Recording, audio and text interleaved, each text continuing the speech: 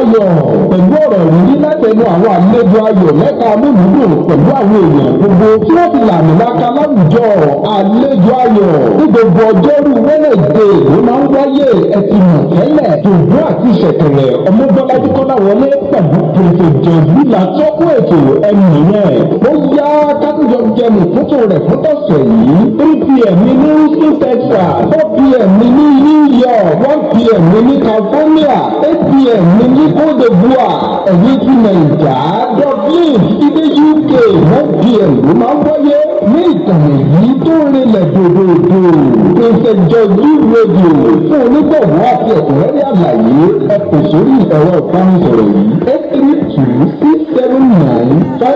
832-679-5889 ẹ tún lè gbọ́ wa ní kékeré lórí www.tuning.com tàbí www.ìṣèjọjúradio.com tàbí www.speaker.com ẹ tún lè gbọ́ wa lórí kékeré látòrí ẹ̀rọ ìbánisọ̀rọ̀ yín ẹ lè gbọ́ wa pẹ̀lú USA number +60 55 62 64 40 UK number +43 09 98 11 13 àlejò ayọ̀ ó yá ẹ̀yin èèyàn ayọ̀ ẹ jẹ́ ká jọ máa rò. ètò ayọ̀ lórí ìtẹ̀níjọ́ pé ètò tó lóyún ládùn aráyé ń gbọ́ àwọn ọmọ lásìkò mo ní kí ẹ̀mí àgọ́. Àràbà ni bàbá ẹ̀dá bọ́lọ́bà ni bàbá èrè mi kọ́ ayé àjùmọ̀ lọ wọn kí wọ́n lọ́jà ẹyẹ ìyẹn ló lọ láyé jù àwa ìṣẹ́ kékeré kọ́ àwa ló fi rán o amúlòdùn ni wá gbogbo ayé ló sì mọ̀ ayé ló mọ̀ bàbá rẹ̀ ni wọ́n sọ pé ààrẹ ni iṣẹ́ ọdún ni wá á kì í ṣàìmọ̀ kọ́ lọ́kọ̀ yàtí bí ẹgbẹ́ rẹ̀ ni o ó tàwọn yọ fún ẹ̀tọ́ àkọ́bí kankan o yàtí bí ẹgbẹ́ rẹ̀ ni o ó tàwọn yọ lọ́wọ́ ọjà kájẹ́ ọ̀wọ́ kan o yàtí bí ẹgbẹ́ rẹ̀ ni o ó tàwọn yọ. Nígbà àwọn ènìyàn pàtàkì lálejò àwọn ni o yàtí bí ẹgbẹ́ rẹ̀ ni o ṣe ó tàwọn yọ.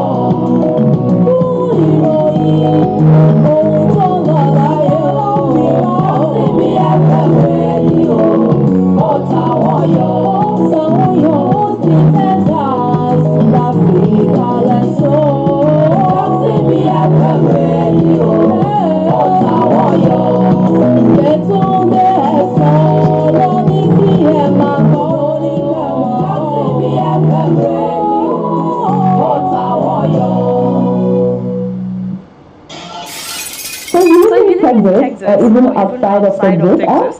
Asha Festival 2019 is here. Oh shit! September 26 to 28 in Houston, Texas, and it is a free event. Asha means culture. Last year it was phenomenal because it was a 3-day celebrating Nigeria as a whole and also celebrating the Yoruba culture. They had Asha Night, they had seminars to empower Nigerians living here as immigrants, they had a parade, and the best part is it wasn't just a Yoruba event. They had other cultures from Nigeria join them wearing their native attire. So it was a celebration of cultures in Nigeria as a whole, not just Yorubas. And guess what? This year they have some amazing guests coming, including Woli Agba. I mean, come on, who doesn't want to see Woli Agba perform live? Thank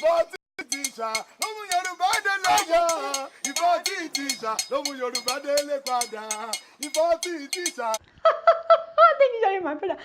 And also popular actor Hassan Taiwo, aka Ogogo Bonijare Bami, you know, as well. He will be there. So would Mr. Latin and Nikki Spooner.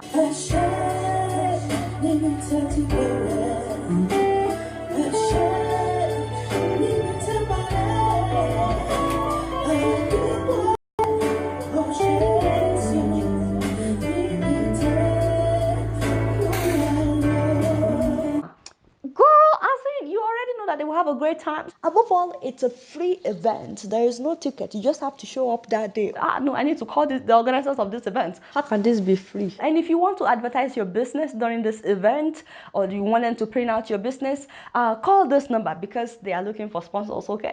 It's gonna be a great event. You guys don't know much. Guess what? I'm just giving it a roll. Àṣà Festival 2019.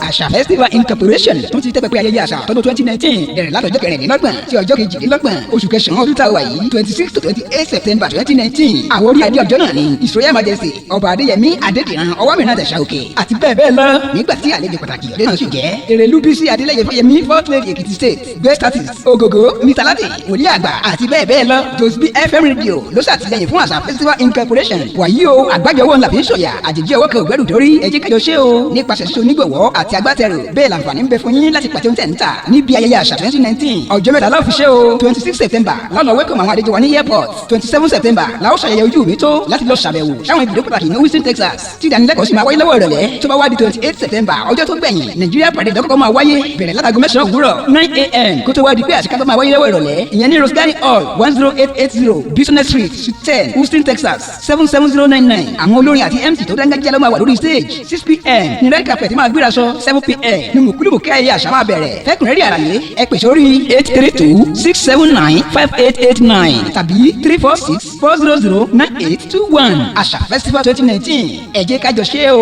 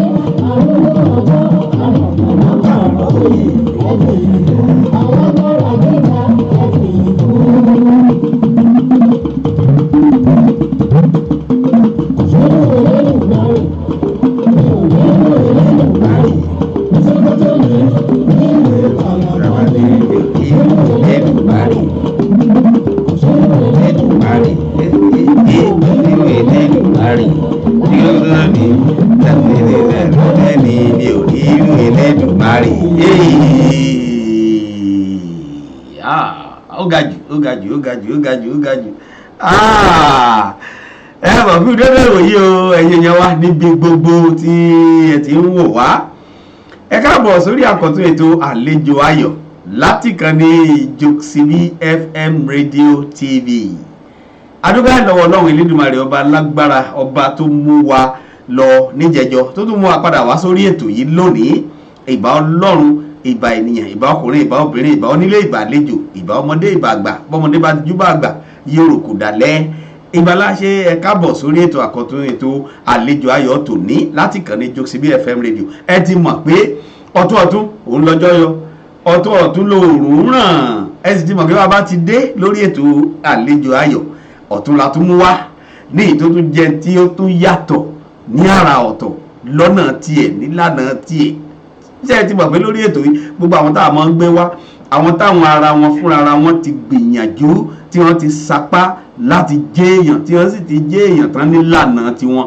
tọ́lọ́ ti tètè fi ọ̀nà tiwọn hàn wọ́n sì ti gbájúmọ́ òkè ní wọ́n sì ń lọ lọ́kọ̀ọ̀kan lẹ́sẹ̀ adúpẹ́ lọ́wọ́ Ọlọ́run Elédùmarè ọba lágbára ẹ káàbọ̀ sórí àkọ́tún ètò àlejò ayọ̀ láti kàn ní Jokesibi FM Radio adúpẹ́ akílọ́balọ́ba akílóyèlóyè akí gbogbo ẹ̀yẹ yẹn wa tẹ́tí ń darapọ̀ mọ́ wa lẹ́sẹ̀kẹsẹ̀ jẹ́jẹ́ mọ́ mo kì í ẹ káàbọ̀ sórí ètò ọ̀hún Suf Aloma Sophie Aloma ẹ káàbọ̀ sórí ètò wa ètò àlejò ayọ̀ rèé ìyá wa mo dúpẹ́ Kelechi Luwaji Uwagwe ẹ káàbọ̀ sórí ètò ọ̀hún o apàṣẹ Bobby Oseni Alhaji ẹ káàbọ̀ sórí ètò àlejò ayọ̀ tòní o adúgbò lọ́wọ́ Ọlọ́run Ògúnbíyí Maria ẹ káàbọ̀ sórí ètò ọ̀hún Olúsọjí Babátúndé mo kí yín ẹ káàbọ̀ Alhaji SG Oseni ẹni àpèrí náà ni ẹ káàbọ̀ sórí ètò ọ̀hún Prince Owólabí Aládéníkà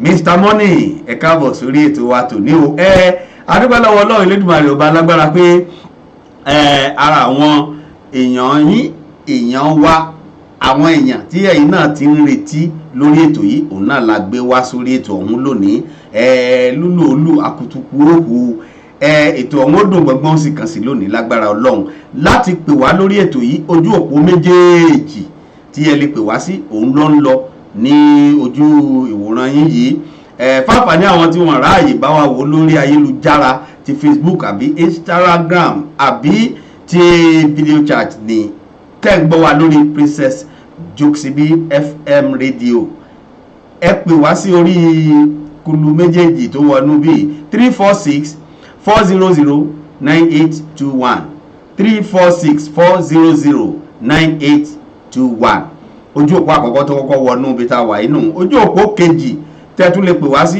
bẹ́ẹ̀ tí pè bẹ́ẹ̀ náà ni ọmọ já sí bí a wà yìí 281 406 8830 281 406 8830 fáfàdé yìí tẹ́ ń wò wá tàbí tẹ́ ń gbọ́ wá láti outside America FE+1 sí ojú òpó méjèèjì tó wà ní inú kulu yìí èyíkéyìí tó wù yín láti fi pè wọlé FE+1 sí bẹ́ẹ̀ bá dẹ̀ ti ń pè ibi ní ọmọ já sí a sì mọ̀ gbé lẹ́sẹ̀kẹsẹ̀ ni ó kọ́ tèmi ọmọ Bọ́lájí ọmọ Akọ́láwọlé ni ẹ jẹ́ gbẹ́lú ìsókè kẹ́kọ́kọ́ gbọ́ mo mọ̀ pé náà ti ń wò ní fẹ́rẹ́ jógí ẹni tí mo gbé wá sórí ètò ẹ ti wọ́n fojú wò pé orúkọ yìí jọra wọn àbí kò jọra wọn àbó ni àbó ńkọ́ bẹ́ẹ̀ ni KSB ní Olúpẹ̀rí ògo ìlú bàbá orin jẹ́ gbé ókè kẹ́ tún gbádùn ẹ̀ lọ́wọ́ kan sí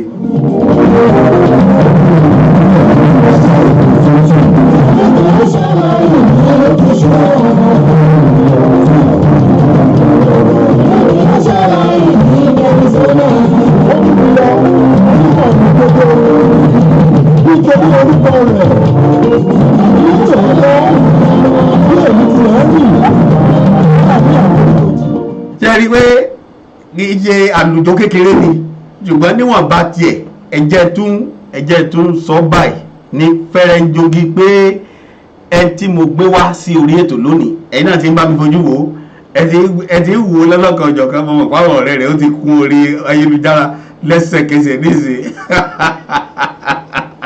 adúgbẹ́ òun náà ni KSB ọ̀gbẹ́ni Olúpẹ̀rí ògo ìlú bàbá orin ẹ bọ̀ káàbọ̀ sórí ètò wa lónìí o KSB.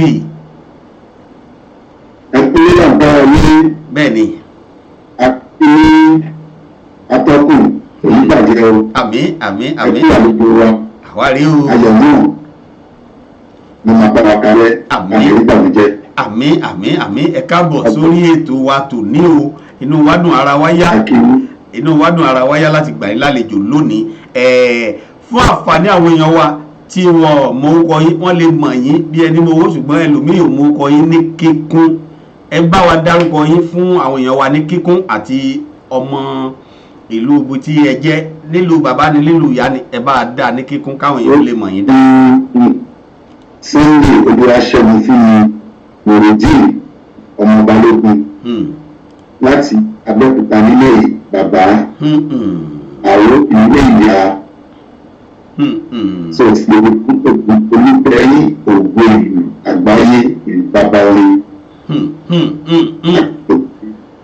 Olúpẹ̀rí ògo ìlú bàbá orin orúkọ yìí ga o ẹ jẹ́ béèrè pé ọ̀nà wo ni orúkọ ìgbà wọnú orúkọ yín tẹ́ fi lẹ́mọ̀ tó fi á di àsopọ̀ tó jẹ́ tẹ́ǹjẹ́ lọ́wọ́lọ́wọ́ tẹ́ wáyé ògo ìlú ọ̀nà wo ló gbà wọlé wá. ẹ ṣe àtọkùn wọn ní orúkọ tó bá wọn mọ jẹlẹyìn di orúkọ tó gbà ló yẹ kí a máa sọmọ wa nítorí orúkọ ṣe pàtàkì ní inú ayé ọmọ ẹgbẹ́ bẹ́ẹ̀ni bẹ́ẹ̀ni. ní orúkọ ṣe pàtàkì Olúpẹ̀rí gbogbo ìyàwó ló mọ̀ pé nǹkan tó bá ti dé orí ohun tó lágbára yìí abúlé kọ ní onídjogún òfo kò dẹ́sẹ̀ ní wọn di ọmọ pé olúwa tí ó máa ṣubú tó àtàrà ẹ̀ náà ti kọ́ ó dàbí gan ní Olúborí wọ́n ní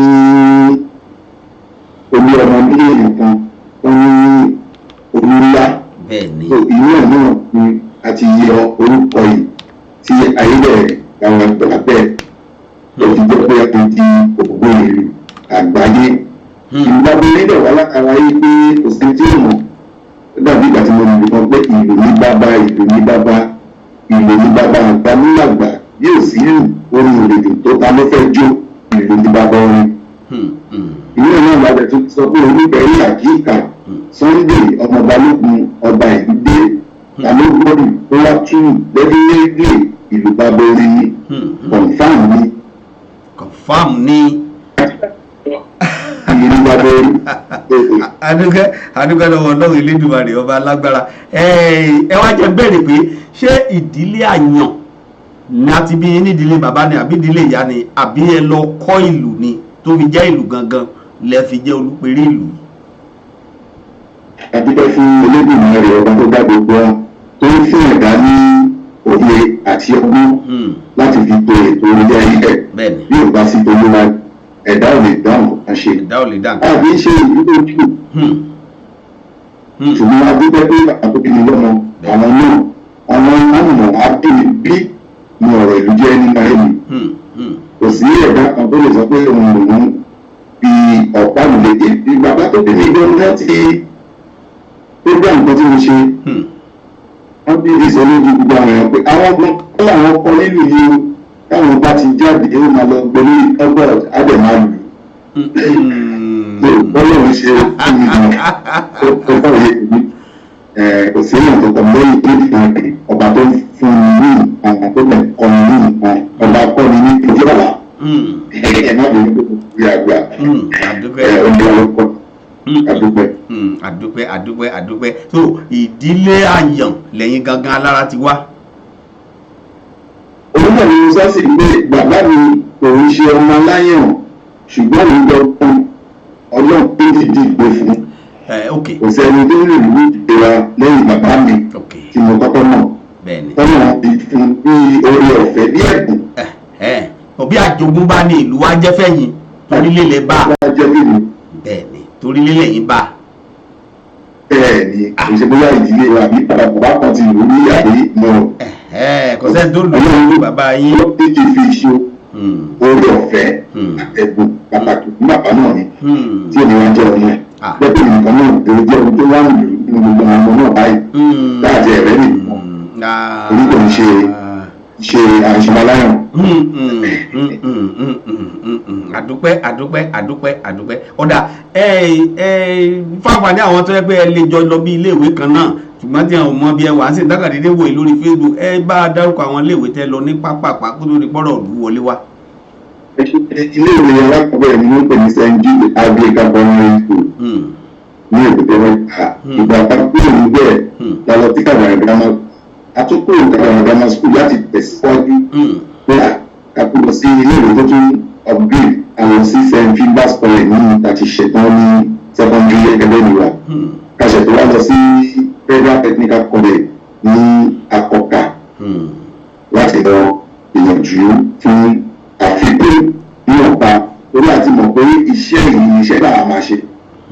wọ́n ní ẹ̀dá tó bá ti mọ ibi tó lọ kò ní pẹ́ lórí ìrìnàjò òun ló máa tẹ̀sán mọ́. èrò dàbí obìnrin anígbóbìnrin bá ṣe kíní kan tó bá ṣe kíní kan kí ṣì náà ló máa gbẹ̀yìn.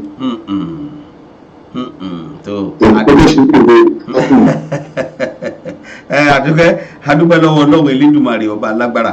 ọ̀dà nígbà tí ẹ fi parí àwọn ẹ̀kọ́ tẹ tẹ̀síwájú àti ẹ̀kọ́ ti gíga pátápátá ibi ẹ̀ka dé báwo lẹ ṣe darapọ̀ mọ́ nílùú torí mo mọ̀ pé ẹ̀ ní dédé gbélù kẹ́ẹ̀kì mọ́lẹ̀ gba lọ́wọ́ kan kẹ̀kàn dẹ̀bẹ̀ sí ìlú ẹ kọ́kọ́ máa wò pé báwo nílùú ó ṣe wọlé o báwo ni ó ṣe di tẹ́yìn náà tẹ̀síwájú lórí ẹ̀ o àbí ẹ̀ ń ṣiṣẹ́ ẹ̀ wá ń bó nílùú jáde ni àbí báwo lọ̀rọ̀ ìlú kàríà ìlú ṣe wá bẹ̀rẹ̀ gangan.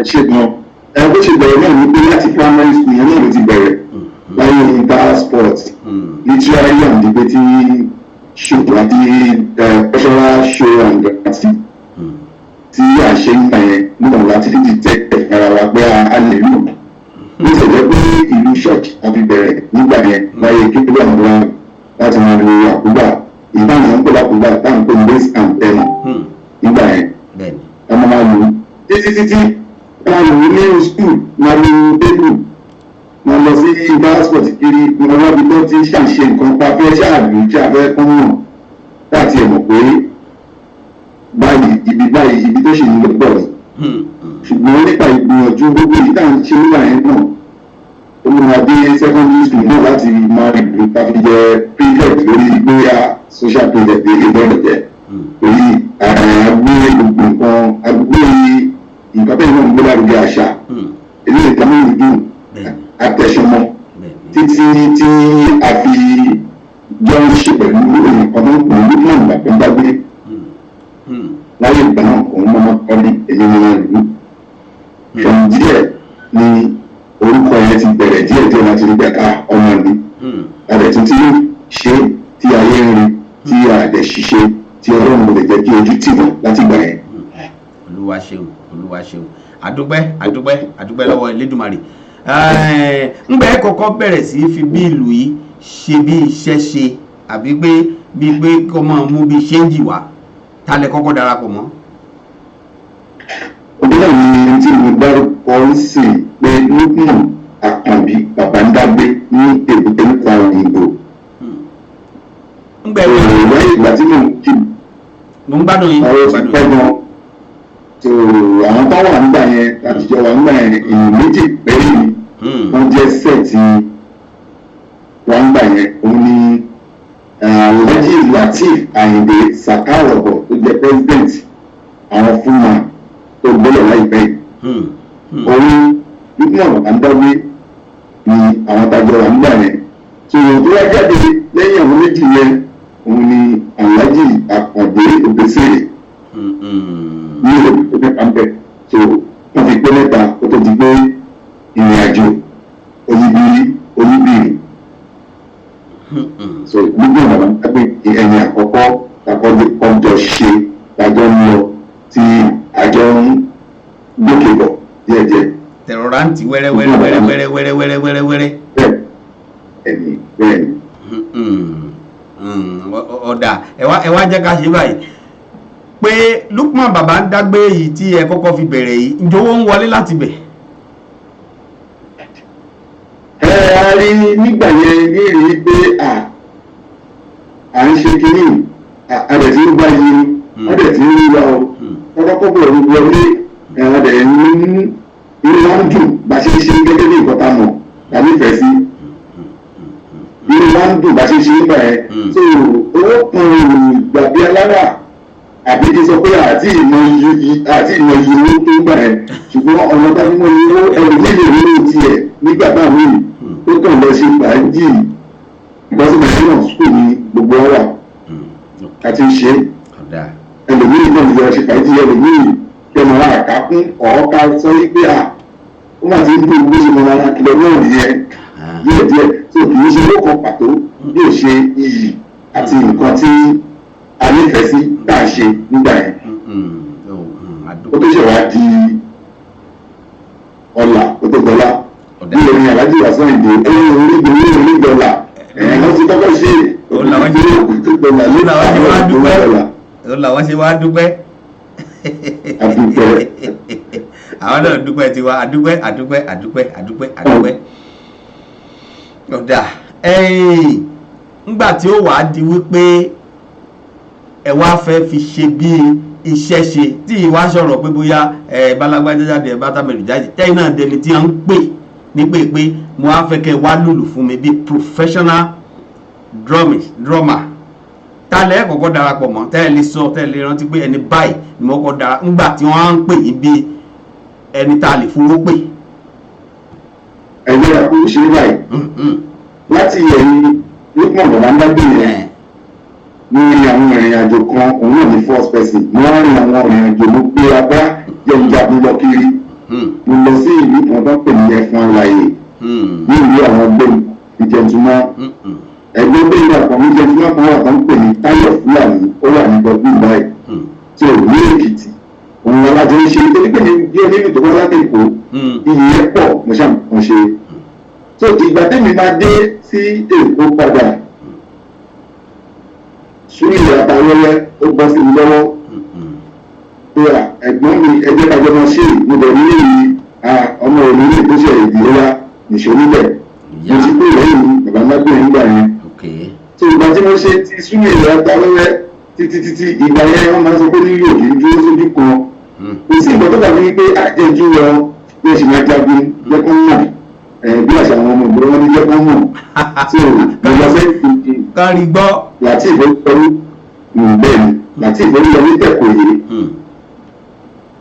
mo kúrò lẹ́yìn láti oríyọmí tẹ̀kọ̀ yìí mo lọ sẹ́yìn Lukman Ọ̀gbàrà mo kúrò lẹ́yìn Lukman Ọ̀gbàrà mo lọ sẹ́yìn Ashima Adébórí Gbafídà ìgbóǹkọ̀ ní àbídà yẹn mo kúrò lẹ́yìn Ashima Adébórí Gbafídà yẹn ni mo ṣèwá wá sí ẹ̀yìn King Dr. Saheed Òṣùpá ní ibi tí ṣe wípé ó yá ọ mo fàdàgbà ètò rẹ̀ láti máa tẹ̀lé olórin kiri èmi náà kí n gbé ìyẹn lárugẹ ju kí èròǹgbà mi láti ilẹ̀ ó lè wá sí iṣẹ́ so Alhaji King Saheed Òṣùpá yẹn lájọ ṣe níbi ọdún méjì sẹ́yìn ìsọ pé òun ni last eléré tí mo tẹ̀lé. ok mo ní the last eré Òṣùpá gangan lẹ tẹ̀lé fúnra ara yín títí di àsìkò tẹ́yìn náà fi wá. ìjọba mi sọ pé àti irú ti dìde láti mọ̀ ní iṣẹ́ dáadáa pé ilé tí jọgbé yìí a ti mọ̀ iṣẹ́ náà gbọ̀dọ̀ látẹ̀yìn ṣùgbọ́n pẹ̀lú ti tún búyàgá àdúpẹ́ fọlọ́kùn tó jẹ́ kó rí bẹ́ẹ̀. ibẹ̀ ló ti wá búyàyà tó di pé ó mú oúnjẹ sórí tébù ó wá di tẹ́lẹ̀ máa sọ pé yẹ́s ọba yìí máa ṣe di ọba yìí wọ́n fún ara àdúpẹ́. mo ló fa king yẹn ìyẹn ni kí orí ẹgbẹ́ àdìkù. KSB ọ̀dà kí ni ìtumọ̀ KSB yẹn. KSB ni King Sunday Balógun. King Sunday. ọ̀rọ̀ méjì tí wọ́n wọ̀ tó ń pè ní Ṣẹ́gun wọ́n tún máa ń lè sí King Ṣẹ́gun bọ̀ tí tó pọ́pùlà tó jẹ́ tèmi mọ̀ láti dìbò rẹ̀ báwọn èèyàn dáadáa òun ni King Sunday Balógun. revolution yẹn. ọ̀dà àdúpẹ́ lọ́wọ́ Ọlọ́run Elédùmarè ẹ jẹ́ kọ́kọ́ na fídíò yìí kan sáfẹ́fẹ́ káwọn èèyàn kọ́kọ́ rí ibi tí àwọn ìtútẹ̀ ti ń pa pẹ̀lú ìlú torí tá a bá máa fi pè yín ní ògo ìlú bàbá orin ní pàpà ẹ jẹ́ sáré bèrè ká tó lọ sórí fídíò yìí pé ìlú wọn gángan lẹ́yìn specialize lé lórí gángan ní àkúbà ní àgbámọ́lẹ̀ ní ìlú wo gángan lẹ́yìn fi jẹ́ ògo ìlú bàbá orin. adúgbò fọlọ́ ìlú ìmọ̀ rẹ̀ tó bá wa ṣe ilé òní padà lẹ́yìn gbogbo wa. kò sí ìrètí ìlú ìlú yìí pẹ̀pẹ̀ lágbàmọ́lẹ̀ pẹ̀pẹ̀ lákùúgbà yẹn àkúgbà náà ló ń jẹ́ àgbàmọ́lẹ̀. wọ́n ní sọ pé òun kò lè ń jẹ́ àgbàmọ́lẹ̀. ohun tó ń bá lọ́tọ̀ òun náà ló ń jẹ́ base and tenor. ìlú ńlá yẹn ó wà lẹ́gbẹ̀ẹ́ ní base. èyí tó tẹ̀lé yẹn ní tenor.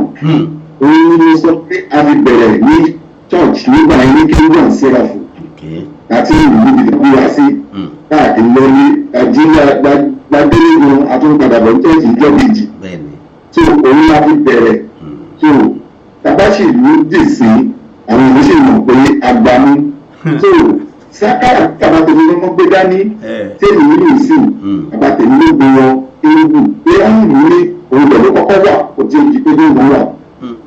àwọn ìyá ṣọ́ọ̀ṣì ṣì àwọn kan máa ń pè wọ́n ní zion kí gbogbo àwọn ìyá jẹ́ lè rí tó ń gbóngbó ńgbà yẹn ìlú ọlọ́wọ́ yìí àti sambak wọ́n máa ń gbé bẹ̀rẹ̀ pẹ̀lú sakara lẹ́tà ní gbọ́ngàn ṣe wà tẹ́báwò náà rí pé sakara ló ní fújì ó ti wà ti pẹ́ àwọn látúndí yusuf jẹ́rì ìyáwó àsàkálá ìgbàdé sakara nínú lẹ́tà ní gbọ́ngàn pọ̀ gbọ́ngàn wọn ó ti wà náà pọ̀ tí yáà ní gbọ́ngàn àwọn èèyàn mọ̀ dáadáa tẹ́lẹ̀ ní gbọ́ngàn yáà gbọ́ngàn yíyá yẹn wọ́n ń gbé kiri pátí tó ìgbà tó yá ni ọ̀làjú ń wọ̀ ṣùgbọ́n lọ́rọ̀ kan fún ìbéèrè tẹ́bìrì kò sí ìtì ní ìlérò ní gbogbo ẹ̀ tó fi dórí jazz. ẹ̀bùn yìí pọ̀ o. ọ̀nà mi bẹ́ẹ̀. Ọlọ́run ni. ọdún tọ́lọ̀ bá ó fún yóò tán. bẹ́ẹ̀ni. kí ló lè dúpẹ́ yẹn ní ẹ̀kúnrẹ́rẹ́ tó o máa fi fi òkú ọlọ́run. ọ̀dà. kò sí ìtì mi. ṣùgbọ́n tí a bá wá sọ láti tún wá ekuru àwọn èèyàn sọ pé àpòrí sákàrà yẹn làwọn ti mọ̀ ní dáadáa ó lè rẹ́ pé bẹ́ẹ̀ náà ló ṣe rí. ọ̀dà àdúgbẹ́ ẹ jẹ́ kọ́kọ́ ju fídíò yìí kan sí gbòòrò káwọn èèyàn kọ́kọ́ rí ìtú tẹ́ ti fi ìlú pa lórí ọ̀rọ̀ ògo ìlú bàbá orin yìí níṣẹ́jú kan ẹ jẹ́ àsáré wò ní péréte à ń bọ̀ kásáré wò ní pápápá díẹ̀ ń ju sáfẹ́fẹ́ káwò.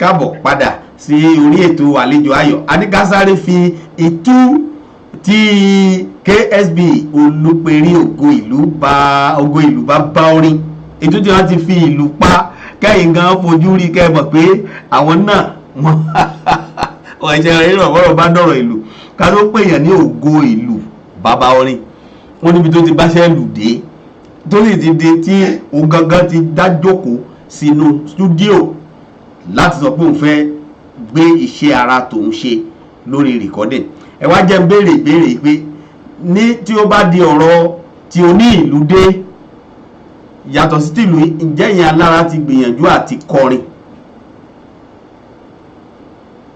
ẹ ṣe àtọkùn àti pẹfọlọrun ọyún àbúṣe bíi tí Ọlọ́run lọ́wọ́ sí kí ọba mi òkè ó máa bá wa ṣe gbogbo nǹkan tí à ń ṣe orí ẹni tí Ọlọ́run bá ṣe òun ló ṣàṣeyọrí Ọlọ́run tó padà lẹ́yìn gbogbo wa.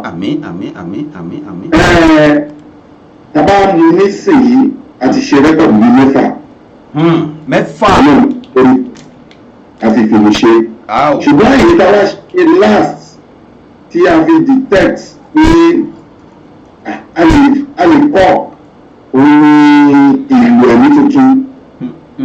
So ní báyìí lórí question tó wá béèrè àwa ṣe tí wá gbé kò jáde báyìí tó jẹ́ pé a kọ́ gbàṣẹ́ ìlú a kọ́ lórí because mo ṣàpéyàn pé àwọn tó ń ta gìtá instrument ní gìtá wọ́n gbé gìtá dání wọ́n lè máa kọrin gìtá tó bá lè gbé dání tó bá ń kọrin àwọn èèyàn ò lè jó wọ́n kò máa fi gìtá yẹn ṣe sọ́fà tóun àbí ilé jíǹsì nǹkan tó ń kọ ni ìyẹn lọ bẹ́ẹ̀. mo tún wá rò ó pé àwọn tó ń tẹ keyboard náà wọ́n gbé keyboard síwájú wọ́n máa tẹ keyboard náà wọ́n máa kọ́ wọ́n lọ́ọ́ fi bẹ̀rẹ̀ náà wọ́n máa dùn díẹ̀. wọ́n rò pé kí ló dé tó ní ìwọ́n ò lè gbẹ́rù rẹ̀ náà tó máa kọ́ tó lè jẹ́ pé ìlú yìí gangan nítorí mo ronú Bible bàbá wọn Psalm 149 verse 3 ọ̀rọ̀ ìlú náà ló sọ. ọ̀rọ̀ ìlú ní. Adúmọ̀ Psalm 150 bó ṣe tẹ̀lé àwọn bí iṣẹ́ Ọlọ́run ṣe ní ọgbọ́n tó 149 verse 3 nínú 150 náà verse 4 ìlú yìí náà ni. so bí mo ṣe rò pé ìlú yìí náà ó tọ́ yíyan Ọlọ́run pé òkè àti kàmákọ́ tó tún máa dùjú kéèyàn gbé ìdádúgbò kan dání lọ. so mo ṣe àwọn kan lọ́rọ̀ kan lórí ìbéèrè tẹ́gbèrè tí ó máa jáde lọ́rùn tó jẹ́ pé àdẹ̀kọ́ lórí. inú mi dùn pé inú mi dùn pé ẹ̀yin náà mọ̀ pé ẹ ṣe ìkan tó máa tó jáde láìpẹ́ ṣùgbọ́n ìkan wà tẹ́ pè ní ti ìlú ẹ̀mí titun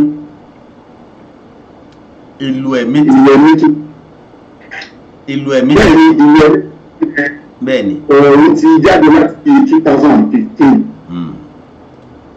ni a ti ṣe so ṣùgbọ́n èyí tó fẹ́ jáde sí ni a pè ní ìlú drum of praise ìlú ìyìn drum of praise DOP ṣe mọ̀ pé wọ́n máa sọ pé sound of praise nígbà tí àwọn school wọn ni wọ́n ti tàbí wọ́n SOP ìjáde lórí SOP so sound of praise náà wò pé kí la lè ṣe eléyìí DOP drum of praise èyí tó ṣẹ̀ máa jáde so ìyẹn tuntun yẹn náà nígbà tó jáde àdúpẹ́ àwọn èèyàn ń gbọ́ ṣùgbọ́n òun náà ló fún wa ní courage láti sọ pé a lè kọ́ pípa ṣe ṣe yẹn lọ bí àṣà wọn ní díẹ̀ lọ́mọdé ń dàgbà. bẹ́ẹ̀ ni. so ẹ̀dá ò kì í jí lọ́jọ́ kan kó lè bẹ̀rẹ̀ sí ga lọ́jọ́ kan kó bá nílẹ̀ kó fura. kó fura. ṣùgbọ́n níbi tí a ti ń bọ̀ tàbádé òpó ìfẹ́lẹ́gùnmá rẹ̀ àdúpẹ́. olúwa ṣeun àdúpẹ́ torí nígbà míì ẹ wo nísìnyí àwọn tí wọ́n fún trumpet ń sìn wọ́n ti ń dá orin kọ àwọn tí wọ́n jẹ́ solo nísìnyí wọ́n ti ń dá orin kọ so bàbá lẹ́yìn náà jáde gẹ́gẹ́ bí onílù àkọ́kọ́ tí ń dá onílù ló ti fi ń ṣe àwo nísìn ṣáà lè pè yín bẹ́ẹ̀. bẹ́ẹ̀ ni kò sí nǹkan tí ò ṣẹlẹ̀ rí. bẹ́ẹ̀ ni. bẹ́ẹ̀ bí ilé ayé ṣe wà nínú ẹ̀ ṣe mọ̀ pé nínú ọ̀rọ̀ Ọlọ́run ó ní ìgbìyànjú ó ní wákiri ẹlẹ́kùn so nínú ẹ̀ náà ni mo ti gbìyànjú bá tọ́lọ́dẹ̀ gbà fún yín. tí ó máa jáde láìpẹ́ ló jẹ́ pé láìpẹ́ ó ti jáde tó sì ti gbọ́ yín ìgbà yẹn náà lè máa mọ̀ pé ó tọ́pẹ́ lóòótọ́ ó tó ìlú lóòótọ́. ó tó ìlú èyí àdúpẹ́ lọ́wọ́ Ọlọ́run. olúwa tó yìí. bẹ́ẹ̀ ni olúwa tó yìí. ìlú náà bẹ̀rẹ̀ pé ẹni pé àwọn ọba ti sí oníṣàgbá létí o. rárá o. ìlú ló fi pa o láàrin ọba onílù lọ́mọ onílù ẹgbẹ́tẹ́ o. ìlú ní ẹgbọ́ ìlú bàbá ìlú orí bàbá orí ìlú bàbá ìlú. bẹ́ẹ̀ ni àrùjẹ.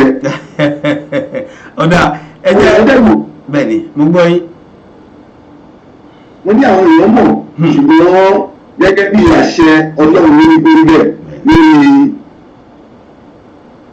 orin. àdúpẹ́ a ti mọ̀ pé kódà bẹ́ẹ̀ ni kódà kò sí bẹ́ẹ̀ èèyàn ti lè kọrin bí ò bá sílù kò ní í dùn.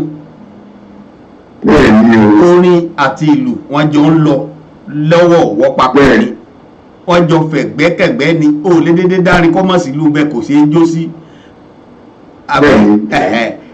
bí ìlú sì ti wà ìlú ṣe é túmọ̀ ìlú ṣe é ṣe lóríṣiríṣi ó ṣe ìgbẹ́ni láìsí orin yẹ ti agbára ibi tí agbára ìlú dé dúró. àdúpẹ́ lọ́wọ́ Ọlọ́run Elédùmarè ẹ jẹ́ gbé rẹ́kọ̀dù yìí sókè lára àwọn àwòtẹ́ ẹ ti ṣe ìlú ẹ̀mí titun ẹ jẹ́ gbé sókè ó dà pé òun náà la fi wọlé lẹ́ẹ̀kan káwọn èèyàn wa kí wọ́n jẹ́ gbádùn ẹ̀ ń bọ̀.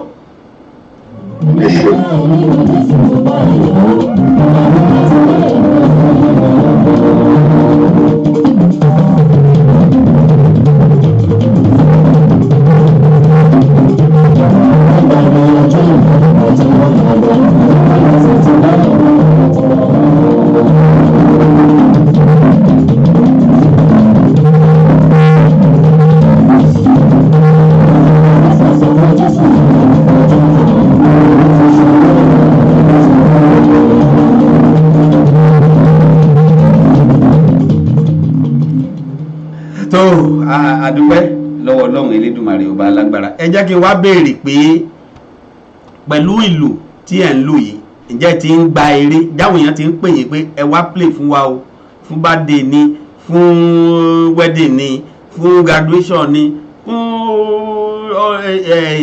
ṣíṣe lọ́lọ́kan òjọ̀kan jáwọn èèyàn ń dá yín pè pé pẹ̀lú bẹ́ẹ̀ tí ìlú yìí ó dà pé ó dùn mọ́ mi ẹ wá bá fi lù kẹfì yẹ wá sí ìjọba yìí.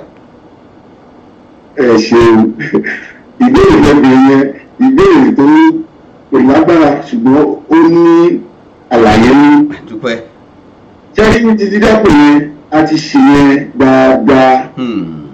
ó yẹ pé tó bá pe àwọn olórin wa ń gbà yẹn ní ìmọ̀ dídì sọ wípé ẹni báyìí ló gbọ́dọ̀ wá o tí onímọ̀ ogun máa pè ní láyé ọ̀tọ̀ ìpè àṣepọ̀ ń bọ̀ ṣòro yẹn tó máa fi tèmi sáyé ọ̀tọ̀ nínú 100% at least àmọ́ 50% lórí yẹn wọ́n máa tún pè wá. ṣùgbọ́n bàtà tí wọ́n rò pé a ti dúró nú ayé àsìkò tó ka fìyí tó kù fún ọba mi òkè ọba tó ń ṣe gbogbo nínú gbogbo ọba tó jẹ́ ká wà ọba tó gbà fún wa ọba tó bá wa ṣe ọba ló bẹ̀ jẹ́ bẹ́ẹ̀ ta ní ká máa fi ìlú tó kù yìí.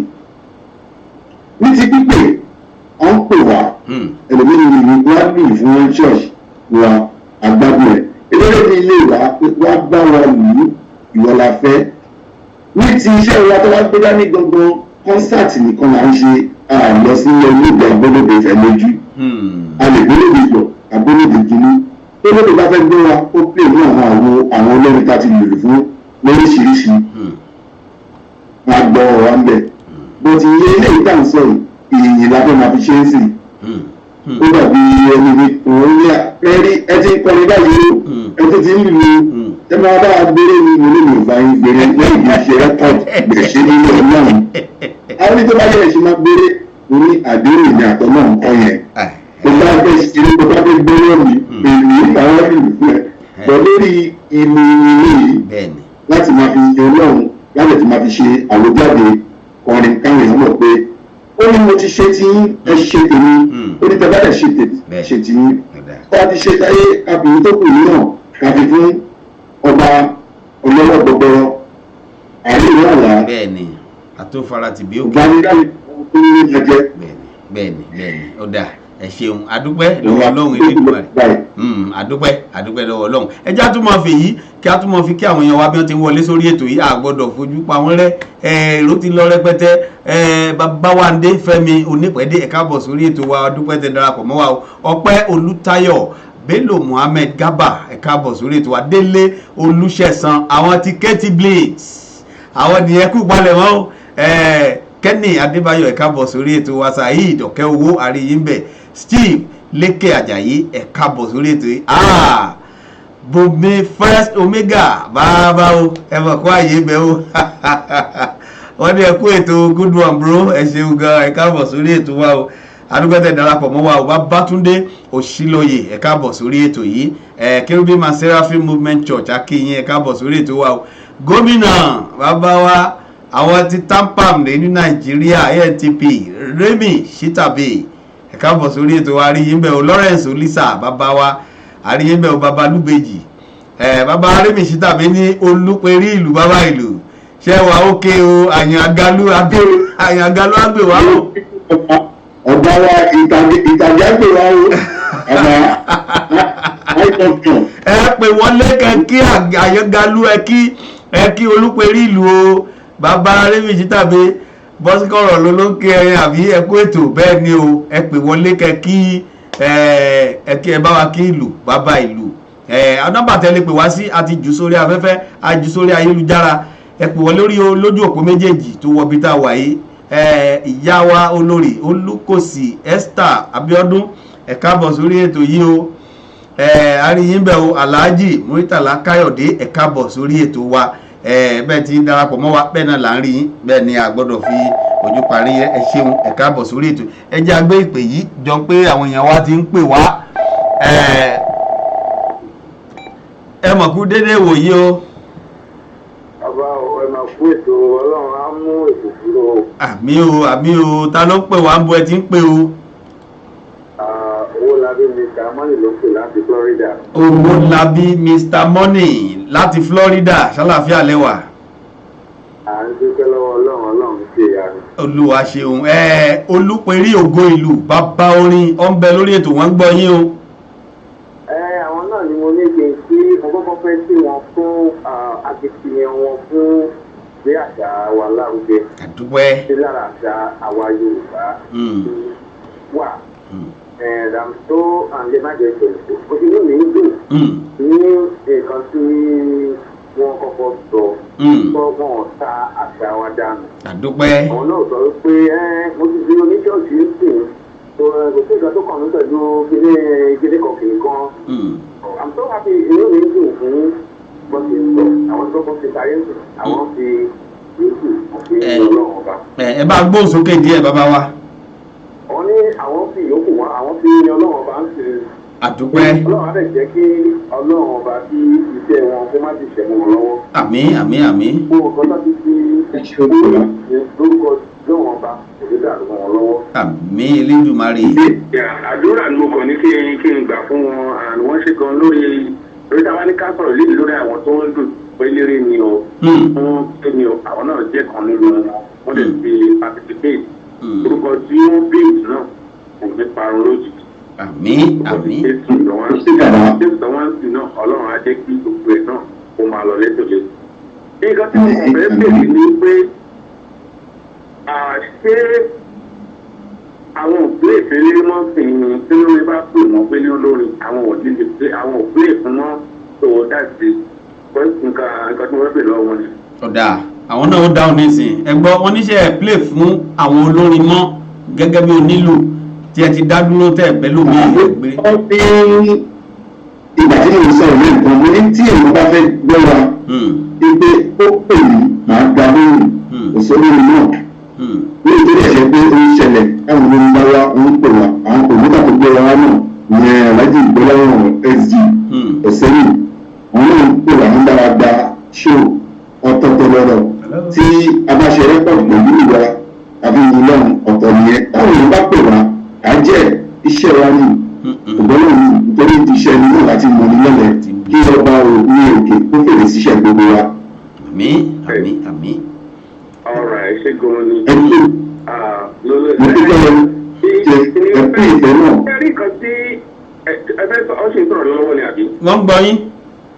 ok kejì ni pé ṣe rí irú ètò tí ẹ̀yin fẹ́ ṣe next week ṣé àwọn ò lè tẹ́ bá pè wọ́n gbogbo ṣó bẹ́ẹ̀ yẹn àwọn ò lè wá ní pé ókè o afẹ́sìn ìdára mi báyìí o ẹ̀yin ẹ wá support wa o fún bóyá àṣàdé yorùbá dé tán ṣe o being to their nǹkan tán ṣe ń fìdí àwọn ò lè ṣerú ẹ̀ mọ́ àbí mọ́sì ṣọ́ọ̀ṣì àbí oníṣẹ́ lọ́wọ́ lọ́wọ́ mi ní pé tábà fẹ́ ṣe gbogbo nàìjíríà àṣàdé ẹ̀sìn a máa ń ní ìdòwò nílùú nígbà míì.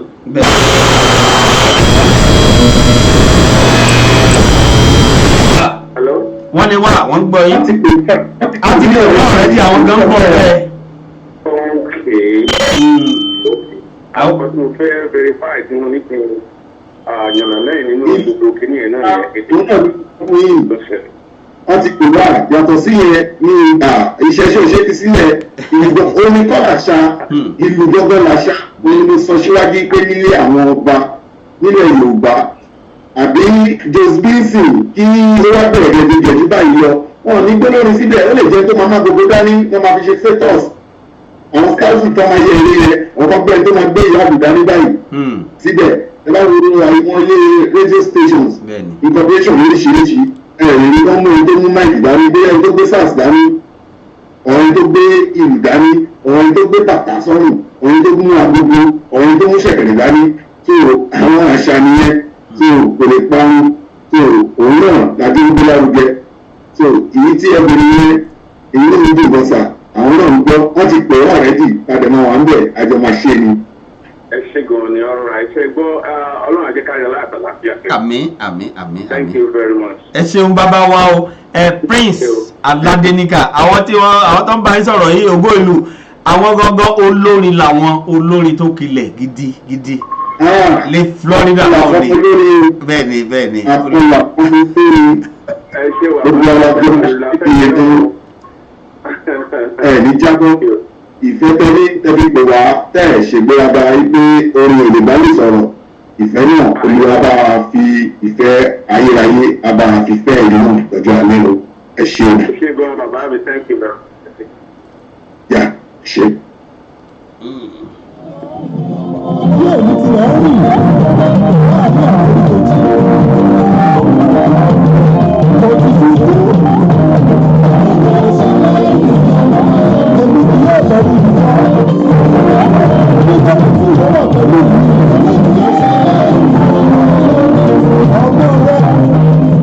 ọ̀dà adúpẹ́ lọ́wọ́ ọlọ́run elédùnmarè ọba lágbára adúpẹ́ fún Prince Aládéníkà tí wọ́n pè wá lórí ètò yìí ògo ìlú bàbá orin ẹ jẹ́ kí n béèrè pé ìgbà tẹ́ ti wá bẹ̀rẹ̀ sí fi iṣẹ́ ìlú iṣẹ́ ṣe ṣáwọn ìyá àti bàbá yín sì wà láyé ńgbà náà. wọ́n wà láyé torí bàbá mi gbọ̀ngàn gẹ́gẹ́ bí sọ fún láti ilẹ̀ mú ní àwọn náà ní ìlú wọn kọrin ní kérúbù lẹ́yìn tí ìlú ìjọ kérúbù tí ò bá rí wọn kàn bóyá àwọn àtúnṣe léyìí so iṣẹ́ tó ń ṣe nìyẹn wọ́n ní iṣẹ́ mi o wọ́n jẹ́ kan lára àwọn ọ̀gá ní cfa òǹgbà yẹn bọ̀dì kan tí gẹ́gẹ́ bí ṣe sọ pé ẹ̀bùn tó láwọn fún wọn so nítorí wọn lè pé àwọn ọlọ́kọ́kọ́ gbé sákàrà wọn ní kérúbù mo fi gbogbo ẹnu sọ ni so wọ́n mọ̀ pé mo ń ṣe wọ́n lè tì mí lẹ́yìn wọn padà lẹ́yìn nígbà kankan ṣùgbọ́n àdí àwọn báyìí o ṣùgbọ́n bàbá ṣùgbà tí olúwa forí di gbogbo àwọn tí ìyá àwọn náà ti kú fi tẹ̀lé báyìí ní.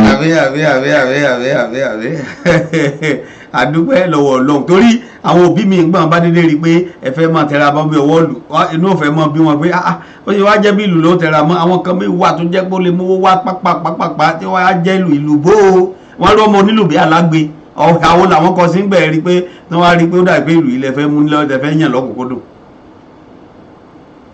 ẹ̀dá ìgbọ́dọ̀ kúnjú ẹ̀dá ìgbọ́dọ̀ kúnjú ọlọ́run àìmàsìkò ló ń dààmú ọ̀rọ̀ ẹ̀dá.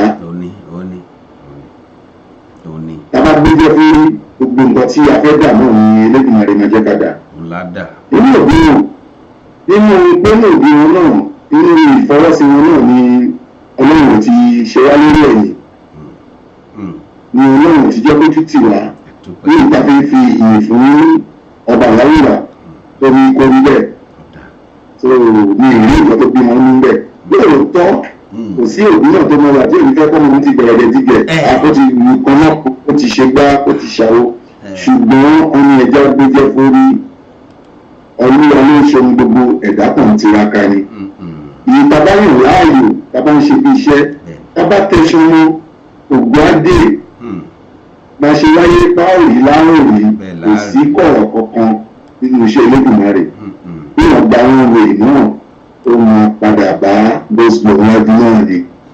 tó ṣùgbọ́n nípa sùúrù àti ìṣedédé àti làákàyè àti ọgbọ́n ìmọ̀ tí ẹ̀dá gbọ́dọ̀ máa tọrọ lórí iṣẹ́ tó ń ṣe. èrò bóyá ó bí àwọn òbí nínú tayọ̀tayọ̀ náà fi fọwọ́ sí. náà fi fọwọ́ sí àdúpẹ́ lọ́wọ́ Ọlọ́run Elédùmarè. mo níkan lára àwọn iṣẹ́ ribiribi tí ẹ ti ṣe tó wà ní ìkáwọ́ mi ní káwá tó lọ bẹ̀ ẹja sáré yà ní ẹ̀ka ìpolówó ọjà wa ní ìṣẹ́jú kan lágbára Elédùmarè bàbá ti ń padà dé lẹ́sẹ̀kẹsẹ̀ á gbé ìkan lára àwọn iṣẹ́ yẹn náà á nà sáfẹ́fẹ́ káwọn èèyàn tún bá yín rí àwọn iṣẹ́ tẹ́ ti ṣe sẹ́yìn tó ti lọ ní rẹpẹtẹ káwọn èèyàn náà tún mọ èyí pé no be small thing and no be today o gbogbo ìjàsá ẹ̀dẹ́ka polówó ọjà ní ìṣẹ́jú kan à ń bọ̀. Cherubim and Seraphim Divine Holy Paraclete Pentecostal Church, New Covenant District, 15000 Beliar Boulevard, Suite I, Houston, Texas, 77083. Invite you to our 12th year anniversary. Theme, The Seal. Date, Monday, 23rd September to Friday, 27th September, 2019. Powerful revival service under the anointing of great ministers like Mother Janet Ajewale, Reverend Jumoke Ogumokun, and other ministers of God. Time, 7 p.m. to 9 p.m. daily. Ministering at the Friday night vigil, it's Prophet Taiwo Matthew. 28th September, Holy Michael Parade. And Sunday, the 29th of September, anniversary Thanksgiving service. Time, 11 a.m. Preacher, Prophet Alfred Edome. Guest ministers, Pastor Frederick Edomi. Special Apostle Alfred Jagade and His Grace Most Reverend Dr. Prophet S.A. Abidoye, JP. Spiritual Head and Chairman, CNS Movement Worldwide. Host, Reverend Dr. Prophetess Victoria Abidoye, JP. For more inquiries, please call 713-584-9144 or 832-781-9498. Jesus. So if you live in Texas or even outside of Texas, Asha Festival 2019 is here.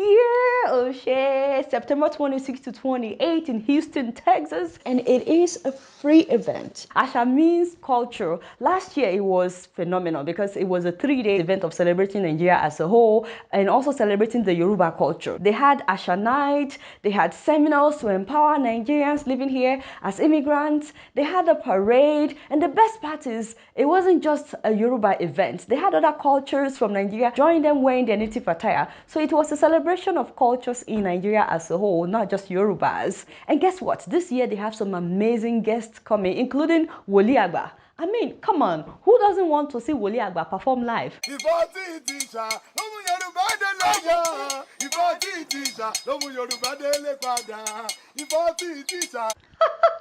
Thank you, Jerry, my brother. And also popular actor Hassan Taiwo, aka Ogogo Bonijare Bami, as well. He will be there. So would Mr. Latin and Nikki Spooner.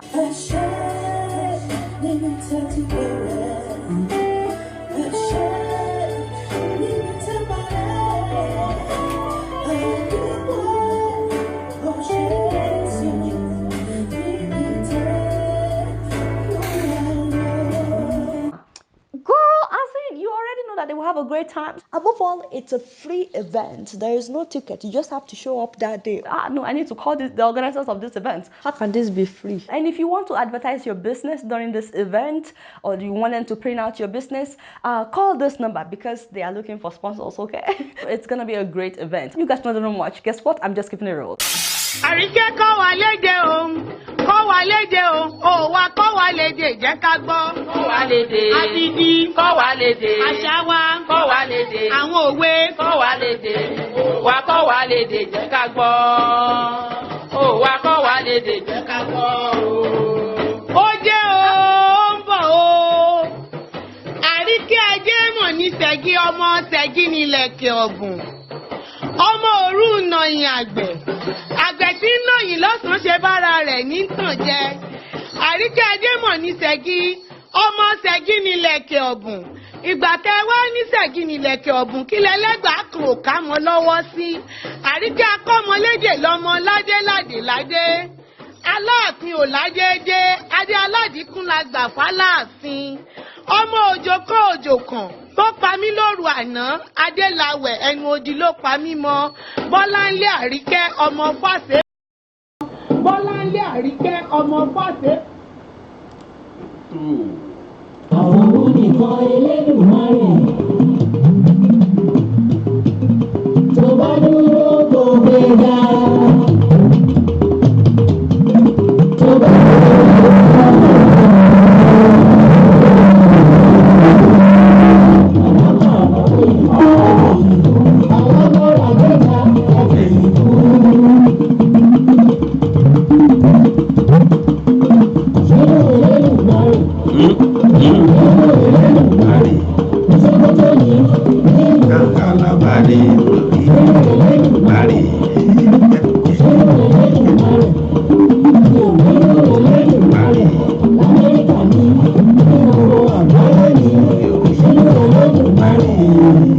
bẹ́ẹ̀ni kò sì sírú Elédùmarè lóòótọ́ ṣeun ẹ̀yin ìyàwó ẹ má bínú adékásáré ya ẹ̀ka polówó ọjà wa níṣẹ́jú kan ni ọmọ alájẹ ni wà gbọ́dọ̀ mọ́ pawó àjẹ wọlé àwọn èèyàn wa ní rẹpẹtẹ tí wọ́n ti tó darapọ̀ mọ́ wa pọ̀ bẹ́ẹ̀ lọ rẹpẹtẹ wàásù tá a lè ṣe àgbọ̀dọ̀ fojú pa wọ́n rẹ o ṣùgbọ́n mélòó láàkà mélòó láàdárúkọ bàbá wa Àbáyọ̀mí Ọlámilékan wọn bẹ́ẹ̀ Balógun Adéwálé Àkànjí àwọn náà wà bẹ́ẹ̀ o Ọ̀kẹ́gbọ́láhàn Adégbénró ẹ̀wà bẹ́ẹ̀ Adélànwá Olúwaṣeun aríyìn bẹ́ẹ̀ ṣeun tẹ́ darapọ̀ mọ́ wa mo tún Lékan Ọlálékan àwọn tí Lékan Enterprises nìyẹn o ní Stanley McCall aríyìn bẹ́ẹ̀ ṣeun ọmọlójú Olódùmarè ẹ̀wọ̀n kú dédé wòye o aríyìn bẹ́ẹ̀ o wọ́n ní ẹ bá mi kí ògo ìlú bàbá orin o èèyàn tèmi ọmọ lójú Olódùmarè jẹ́ ń gbọ́. ọmọ olójú ti gbà àti gan adúgbòlọ́wọ́ yìí náà ẹ ti gbé wa lárugẹ Ọlọ́run ti lò yí fún wa ẹ̀yin náà ní jábọ́ gẹ́gẹ́ bí a ṣe ń kí iléeṣẹ́ gbòógì náà àti gbogbo ènìyàn tí wọ́n ti darapọ̀ tí ó ń dáṣàgbà tí ojú òun tì á ṣe Èdùmàrè iṣẹ́ rẹ̀ nídìíṣẹ́ ayọ̀ ní tiwa rẹpẹtẹ.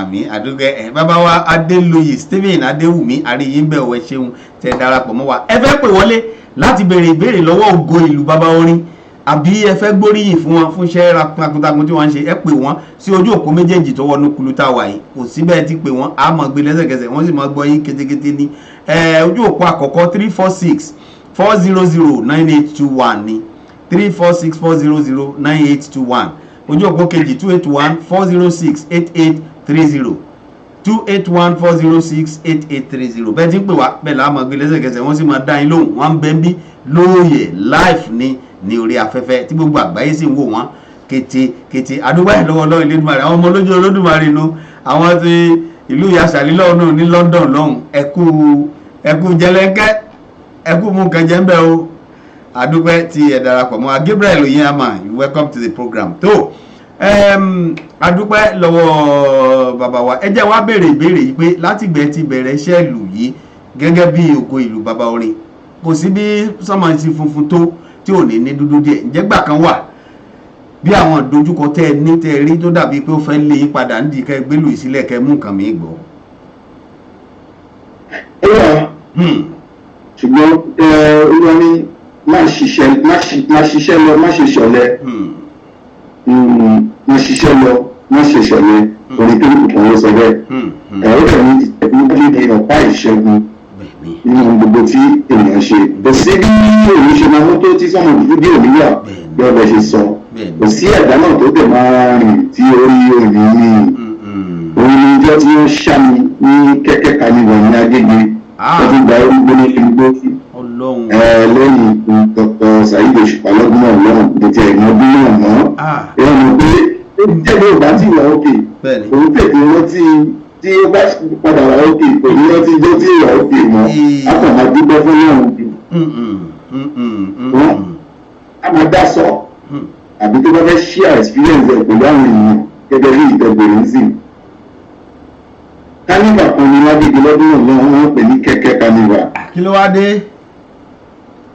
Ìgbà yẹn èrè lápá ẹmọ bí èrè ṣe máa ń kú lẹ́yìn onírin bẹ́ẹ̀ ni àgbàgbà tó tóbi tó lórúkọ tí a lè ṣe tán lórí pé wọ́n fẹ́ gbowó àti ẹ̀ tí ń lọ wọ́n kàn ká mọ́tò ní lọ́rùn ní ìgbà yẹn lọ́rùn tí ìlera mọ́tò gbọ̀dọ̀ àwọn tó ń dé ìwé ń tẹ̀lé mọ́tò báńkì láti ilẹ̀ mi ni tí mo ti ń ṣe tẹ̀lé olórin tó ẹni tó gbé mi wá wọ́n gba gbogbo mọ́tò ẹ̀ jẹ́ ìyẹn ó ká ń lẹ̀ ẹ̀yìn tó ká mọ́tò ẹ̀ tẹ́lẹ̀ ìwé àwọn tó ní náà ní ẹgbẹ́ sì dámímọ́ náà ṣùgbọ́n òun ní padà gbọ́ bá àpẹẹrí bẹ́ẹ̀rí pé ẹ̀rọ ti dé ilé lọ́dún mi lórí wọ́n ti ṣáàlù nínú wọ́n ti ẹ̀mí lórí ṣe ẹ̀ṣìlẹ̀ ìṣìlígbà tó ti ẹ̀rọ bóyá máa di onímọ̀ pẹ́ ẹsẹ̀ máa bà àwọn ìkíni ní ọ̀pẹ́ tí ilé ẹ̀rọ rò pé ó bàrẹ̀ pé jẹ́ ń gbé wọlé padà ṣùgbọ́n ó ní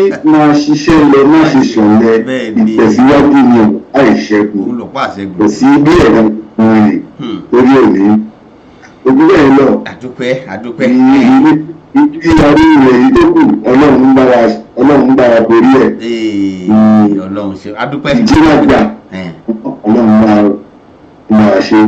àdúpẹ́ lọ́wọ́ ọlọ́run Elédùmarè akínyìn o bàbá wa akínyìn ò yá wa Alájà Tinúkẹ́ Sàká ẹ káàbọ̀ sórí ètò wa bàbá wa Adéluyi Stephen Adéwùmí ní ẹ káàsán o lórí wa. ẹ káàsán o akínyìn ẹ káàsán àdúpẹ́ àlàáfíà mi o. àdúpẹ́ ọ̀dà ẹ wá jẹ́ tún béèrè báyìí pé àwọn wo lẹ́yìn rí bí àwòkọ́ṣe níwájú bíi mẹ́ńtọ̀ yín ní pàpà láti lè tó tẹ́rí sí i pé let me go ahead kí n máa bá lọ báyìí àwọn wo lè rí bí encouraging somebody bí ẹ mẹ́ńtọ̀ gangan tẹ́yìn rí níwájú tó mórí yín yá láti lè ṣiṣẹ́ yìí. ẹ ṣeun gbogbo ẹni tó bá ti ń ṣiṣẹ́ orí tó bá ti ń ṣiṣẹ́ ìlú tó ń gbé àṣàkà náà ni ilé mi máa ń dùn ló máa fi ń ṣe mẹ́ńtọ̀ torí tí bá wò wá nínú adùn báwo ló ṣe ṣe tiẹ̀ ọ̀gá ọ̀dẹ̀ gbà ìyá báwo ni tún ṣe tó lè ṣe náà tí àjọmọ́ máa gbà yìí tó gbogbo èèyàn náà ni mẹ́ńtọ̀ mi nínú ìlú mi ò ní ẹ̀kan pàtó tí mo lè sọ pé ẹni báyìí ni mo lọ́dọ̀ sọ pé ẹ̀kan pàtó bí wọ́n mi lọ́wọ́ lè sọ pé bàbá mi orí ìgbà tó ń lu ìjọ ọ̀sán máa ń gba yìí gan àwọn èèyàn máa pè wọ́n lọ́tún lọ́sí bàbá lẹ́tọ̀ kẹsẹ́mẹ̀ ọmọ òzòrò tí wọ́n ní ilé yìí bàbá àlè sọ pé àwọn báyìí tó máa sọ pé gbogbo ènìyàn tí ó gbé iṣẹ́ ìdání ni ó jẹ́ ohun tó máa ń wú mi lórí tí bá ti ń wọ̀n tó bá ti ń ṣe tó máa ń dùn mọ́ mi gan pé ẹni ó ṣe nǹkan tí ìkọsẹ́ ẹ̀gbọ́n ọ̀fẹ́ tí a fi ẹ̀jẹ̀ rà kò níyì tó gbogbo ènìyàn náà ní nítorí kí ọlọ́run má pa àlùbáríkà àti ọlá àti tó ti fún gbogbo ẹnikẹ́ni tó ń ṣe iṣẹ́ àbí tó ń ṣiṣẹ́ ìwé tó jẹ́ ẹ̀bùn náà nínú ìjẹ́ iṣẹ́ ìlú náà lẹ́gbẹ̀ẹ́ ní òye sì jẹ́ òfin sọ̀rọ̀ ọ̀rọ̀ tẹ́lá sọ́ọ̀sì náà yàtọ̀ sí ti ọ̀sẹ̀ tó ń bọ̀ tí tó bá ti pọn jọra wọn jẹ́ ìjọ méjì péré ló máa fi jẹ wọn tó ẹ̀rí náà lò ṣé kò tó yìí ìyẹn náà làbí yìí lẹ́yìn ẹ̀ka kan máa yìí nípa ẹ̀yẹ ni fún gbogbo nǹkan tó ti ṣe fún wa. bẹ́ẹ̀ni Olúwa ṣeun tó gbogbo ènìyàn náà mẹ́ńtọ̀. ọ̀dà àdúpẹ́ lọ́wọ́ Ọlọ́run Elédùmarè inú mi dùn pé ẹ̀yin náà rí i pé gbogbo èèyàn ló jẹ́ mẹ́ńtọ̀ yín inú àwa náà dùn pé gbogbo èèyàn lè fi ṣe mẹ́ńtọ̀ àdúpẹ́ lọ́wọ́ Ọlọ́run sì máa wà pẹ̀lú yín títí ayé. ẹ̀yin èèyàn wa lórí ètò àlejò ayọ̀ rèé láti kàn ní Jokesibi FM Radio TV Houston Texas la fi kalẹ̀ sí lórílẹ̀‐èdè Amẹ́ríkà ibi la ti ń dábí ẹdun tá à ń rọ̀ bí òwe tí gbogbo àgbáyé sì ń gbọ́ wa ní ketekete ẹ jẹ́ ìnáṣẹ́ tí àwọn náà ti ṣe iṣẹ́ àwọn náà ti pẹ́ díẹ̀ o bẹ́ẹ̀ náà ó bá rí ẹ mọ̀ pé iṣẹ́ tó ti pẹ́ ni kẹ́lí mọ̀ páwọn náà ti pẹ́ nínú olórin kẹ́lí mọ̀ páwọn náà ti pẹ́ nínú ti oní entertainment wa yìí ẹ jẹ́ ìná ilé ìsáfẹ́fẹ́ káwọn yẹn náà wà tún rí lára àwọn iṣẹ́ tẹ̀yìn náà ti ṣe sẹ́yìn ni ẹja sáré fi bí ìṣẹ́jú kan àbí méjì ká sáré fi wò mọ̀ ń bọ̀.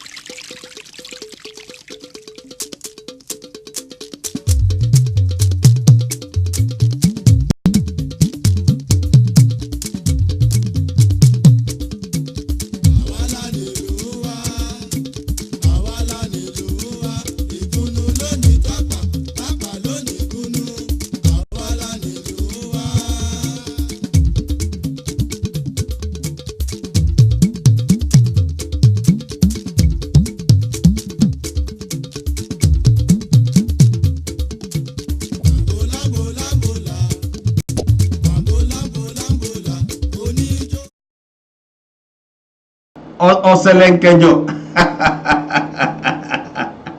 bẹ́ẹ̀ ti rọra ṣe wẹ̀lẹ̀mú ọ̀sẹ̀lẹ̀nkẹjọ ẹ̀wò inú tàbí gbẹ́lú ẹ̀.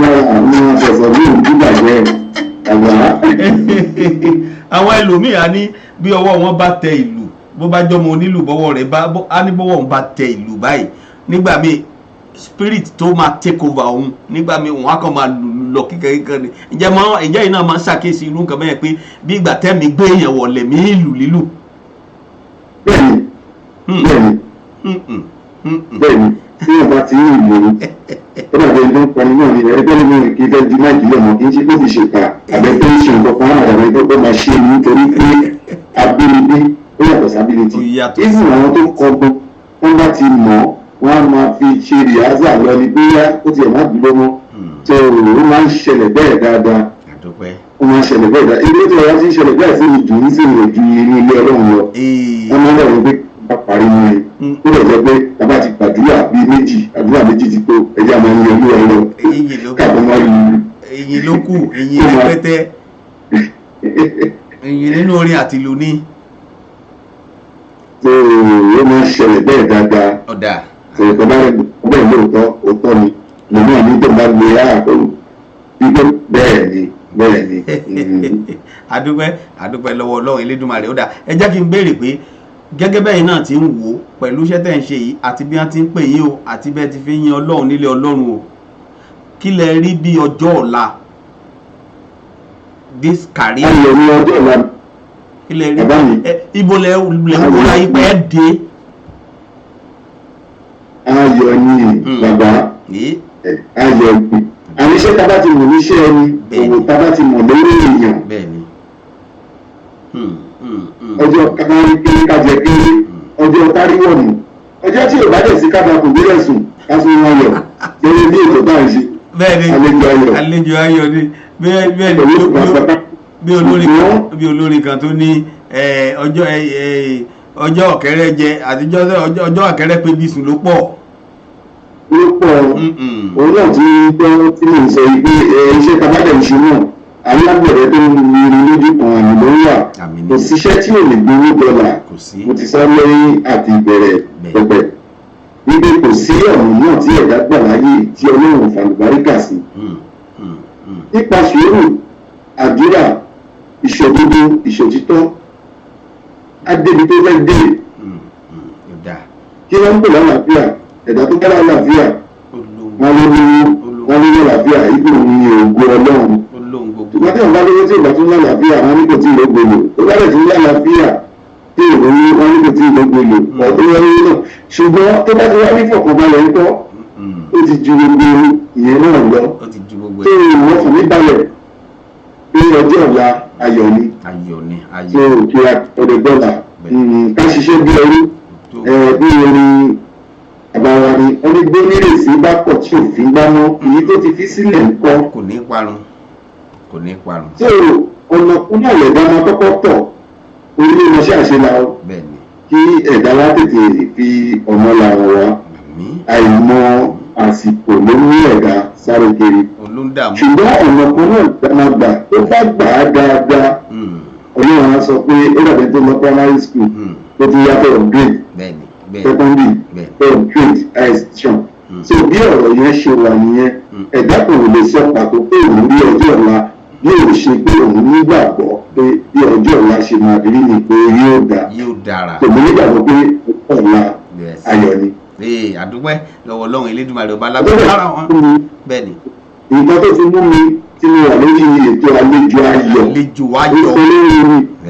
orí kì lórí ọmọ ẹ̀dá ayọ̀ yẹn ó di dandan mo ti ní ìpínlẹ̀ nìyẹn bẹ́ẹ̀ bá gbé wa wọn kọ́ bẹ́ẹ̀ gbọ́rúkọ wa bẹ́ẹ̀ gbé wa wá bẹ́ẹ̀ ọ̀nà wa so ìmísí tó wà nínú ètò yìí náà èmi náà ti ní ìpínlẹ̀ àti àwọn tó ń wò ọlọ́pàá ìjọba náà wọ́n fi táìmù wọn lẹ̀ so gbogbo wa náà nǹkan kan là ń rò pé lórí pé máa ṣe é ṣe nínú ìgbìyànjú láti ló sáré orí gbogbo ìgbà ṣe bẹ́ẹ̀ni lórí ọ̀rọ̀ pẹ̀pẹ̀ ọjọ́ ọ̀la ayọ̀ ni.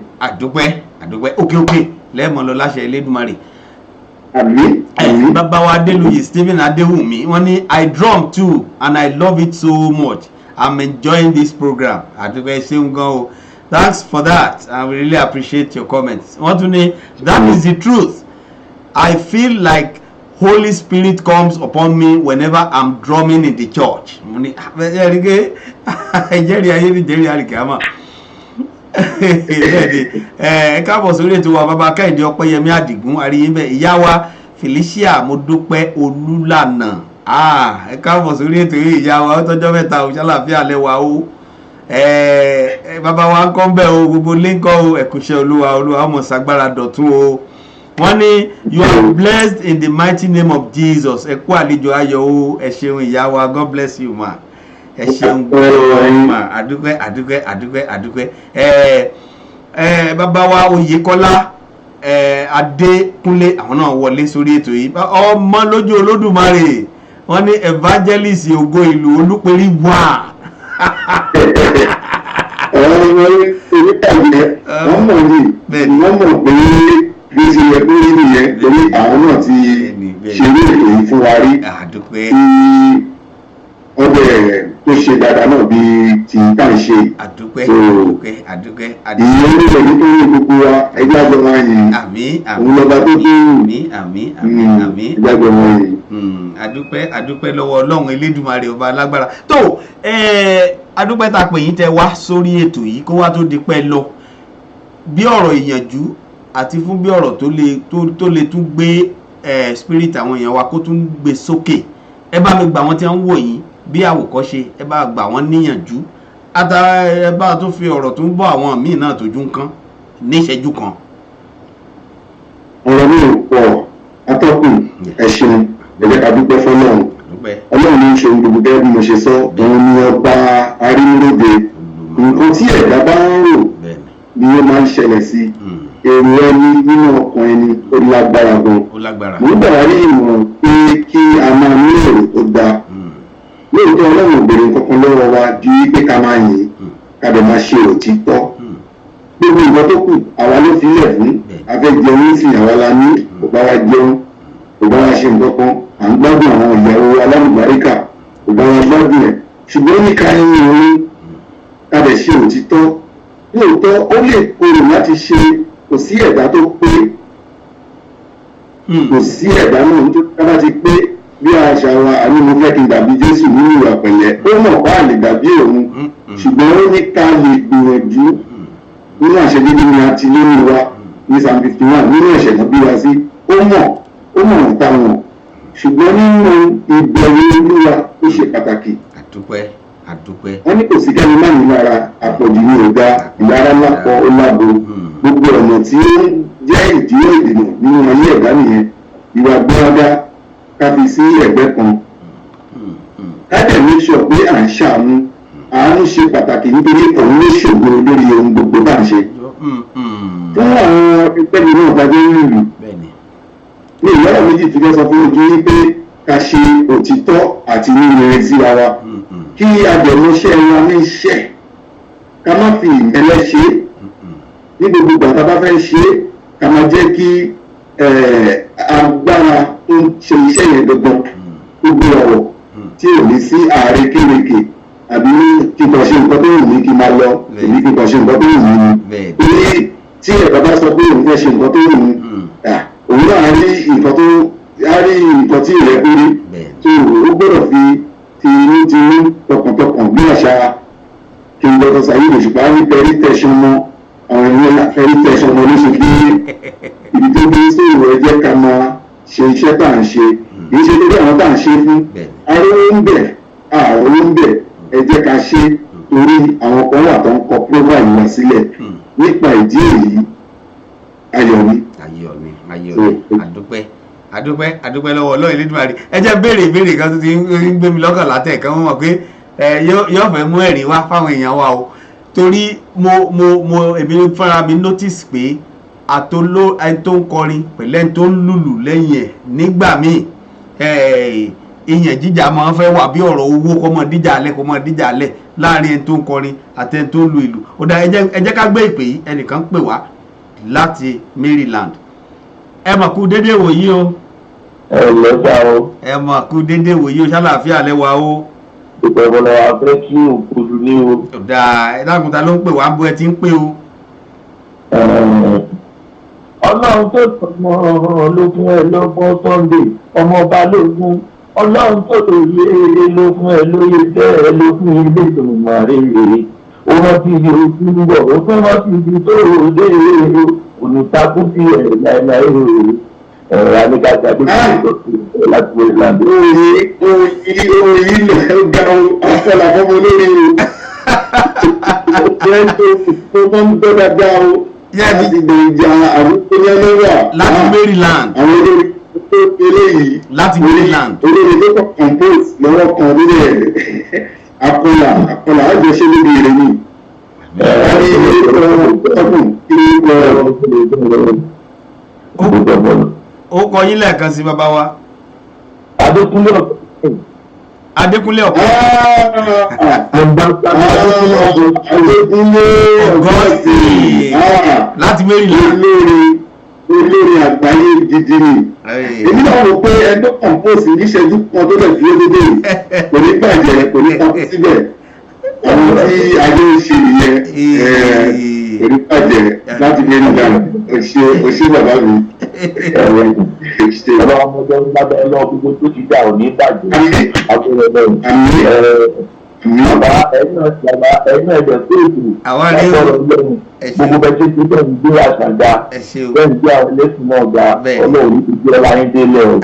Láti ọ̀rọ̀ ẹgbẹ́ rẹ̀ yóò ti gbé àkùdámọ́ ọlọ́run ní gbogbo ayé o. Ẹ̀dá tẹ̀ ìdílé bá yẹn ní ọlọ́run gbogbo ọmọ yín pátá àtòrí ọ̀pọ̀lọpọ̀ làwọn pátá lọ́wọ́ ẹ̀yìn tó jẹ́ agbábọ̀ orí ìpínlẹ̀ yóò jẹ́ ìbò dára náà fún wọn ọlọ́run ní ilé iṣẹ́ náà nípa ìjìnlẹ̀ àgbọ̀n àmì Elédùmarè àmì ẹ ṣeun àwọn náà tún mọ kàn sí yín torí à ń fẹ́ rí yín lórí ètò yìí náà bọ́ bá yá o.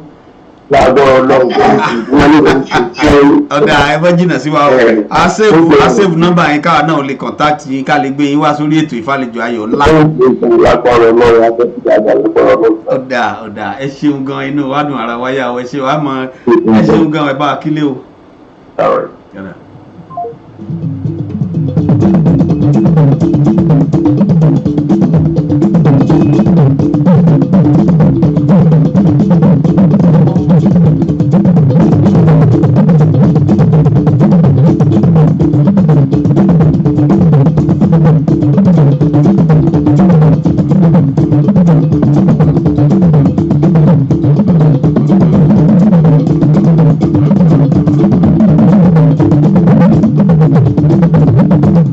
Olúpẹ̀rí 1 ògo ògo ìlú bàbá orin. tó ẹ mẹ́jà fi gbogbo òní dá yín dúró torí mo mọ̀ pé iná ní nǹkan kan àbí méjì tẹ́yìn náà fẹ́ mú gbọ́ ọjọ́ òsì ṣe é mú so lókùn torí ètò míì tí ó tún wá lórí ilé ìkànnì yìí àti fún àǹfààní àwọn èèyàn yín tí wọ́n fẹ́ tún get in touch pẹ̀lú yín pé àìbámọ́ wọn fẹ́ pè yín fèrè wọn fẹ́ pè yín fórin orí aago ni wọ́n lè pè yín sí. 516 516 576 576 4434 4434 516 576 4434. ẹ̀yin yẹn wá tẹ́ bá fẹ́ pè wọ́n gẹ́gẹ́ bí ìbéèrè tí bàbá wa béèrè lẹ́ẹ̀kan wọ́n ní how can we get in touch with him contact ẹ̀ òun rèé phone number òun rèé o wọ́n ní 516 576 4434 516 576 4434 lẹ́ẹ̀kan sí 516 576 4434 bẹ́ẹ̀ bá ti ń pè wọ́n bẹ́ẹ̀ làwọn náà máa gbé lọ́wọ́ kan ni wọn ò ní fi rè àǹfààní gbogbo aráàlú làwọn náà wà fún bẹ́ẹ̀ ti ń jẹ̀gbádùn káwọn náà mọ̀ jẹ̀gbádùn ara wọn láṣẹ Elédùmarè ni yàrá Bùkọ́lá Òjó ẹ̀ka àbọ̀ sórí ètò wa o Délé Olúṣẹ̀san Katie Blinks wọ́n ní pèrí zone tuwálé o. ìjìnlẹ̀ ẹgbẹ́jọ́ bí ọmọ ìjìnlẹ̀ wọn lè jókòó wọ́n ní àwọn òbí tó bá ní àjọ pẹ̀lú ìní àdẹ̀jọ́ máa ṣoríire ní pẹ̀lú gbogbo ẹni tí ló bá kàn gbogbo ní ẹ̀rọ gbogbo aláwọ̀ ṣe àṣelà agbára náà. àṣẹ Elédùmarè wọ́n ní olùpẹ̀rí ògo ìlú wà ní wọ́n tó kéyìn o. ṣé bàbá wọ́n bá fi nọ́mbà yín léde wọ́n ní káwọn èèyàn tún lè rí gbọ́ wọ́n tún bá yín fi léde fáwọn èèyàn láti lè mọ bí ó ti ń ṣẹlẹ̀ mo ní ẹ ṣeun ẹ̀yin eléjì rẹ̀ ẹ ṣe àdúpẹ́ lọ́wọ́ yín o kò ní bàjẹ́ à ń retí yín ní ọ̀túnla ní ọjọ́ ẹtì ọjọ́ Friday a ó fi ṣe abẹ́rẹ́ káráólé òpin ọ̀sẹ̀ fáwọn èèyàn wa kí wọ́n tún wá wo àwọn èjì rẹ̀ Katie Blinks wa àwọn náà tún ṣe ìfilọ́lẹ̀ òun wọn CD wọn ní òpin ọ̀sẹ̀ tá a wà yìí ni òun la ṣe ní káfíń gbé wọn wá níjọ́ Jímọ̀ ọjọ́ Friday ọjọ́ ẹtì abẹ́rẹ́ káráólé ní káfíń ṣe tó pin ọ̀sẹ̀ láṣẹ Ọlọ́run ẹ tún pàdé wa lórí ìkànnì yìí láti bá àwọn èjì rẹ̀ sọ̀rọ̀ Katie Blinks láti ìlú Dallas lọ́run láṣẹ Elédùmarè ni wọ́n ń bẹ lórí ètò yìí ní ọ̀túnla Friday láṣẹ Ọlọ́run tó bàbá wa KSB Olúpẹ̀rí 1 ògo ìlú bàbá orin ẹ dúpẹ́ lọ́wọ́ àwọn èèyàn wa tí wọ́n ti darapọ̀ mọ́ wa lórí ìkànnì yìí àtàwọn tí wọ́n gbọ́ yín lórí Jokesibi FM rédíò àtàwọn tí wọ́n fẹ́ pè ní àyè rẹ̀ ọ̀yọ́ ẹ bá wa dúpẹ́ lọ́wọ́ wọn àti nílé iṣẹ́ tó gbé yín sáfẹ́fẹ́ káwa máa fèyún ká fi ṣe lọ. ẹ ṣeun mo dúpẹ́ lọ́wọ́ iléeṣẹ́ tó gbé mi sí afẹ́fẹ́ ní orílẹ̀-èdè Amẹ́ríkà ní ìlú Houston, Texas olúwa ọba tí ó ní gbogbo ọpẹ́ abamidúpẹ́ fún yín mo dúpẹ́ gidigidi lọ́wọ́ ìyá àti bàbá tí wọ́n ti wò wá àti ọ̀rẹ́ ará ọkùnrin obìnrin àwọn akẹgbẹ́ mi náà tí a jọ ṣètò yìí tí inú wọn ń dùn wọ́n ń gbé ní iyọ̀ ire ayọ̀ gẹ́gẹ́ bí orúkọ ètò yìí òun wọn ní oníkálukú wa ayọ̀ Ọlọ́run òní fi ọ̀dẹ̀dẹ̀ wa sílẹ̀ kò sí ohun tí ẹ̀dá ń fẹ́ láyé náà ju ayọ̀ lọ ayọ̀ tó máa bá gbogbo wa gbé ẹni tí inú ẹ̀ ń dùn àtẹni tí inú ẹ̀ ń dùn náà tó ń ro nǹkan kan sí kejì nínú ọkàn ẹ̀ Olúwa bá mi ṣe fún wọn apá yìí náà lẹ́rìn gbogbo àdáwọlé oníwọ̀nkú Olúwa asọ̀dayọ̀ àlàáfíà Ọlọ́run tó máa bá gbé Elédùmarè adá gbogbo padà ẹ ṣé bàbá ẹ ṣé Ọlọ́run alààyè ènìyàn lè máa yìn yín òkú ò lè yìn yín adúpẹ́ lọ́wọ́ yín ẹgbọ́pẹ́ wa ètò yìí ẹ má ṣe láṣẹ mọ́ ilé iṣẹ́ náà kó má bàjẹ́ ohun gbogbo tá a gbá wọlé ó yọrí sí rere láṣẹ ti bàbá láṣẹ ti ọmọ láṣẹ ti ẹ̀mí mú lórí bẹ́ẹ̀ Jésù Olúwa wa àmín àmín àmín Jésù.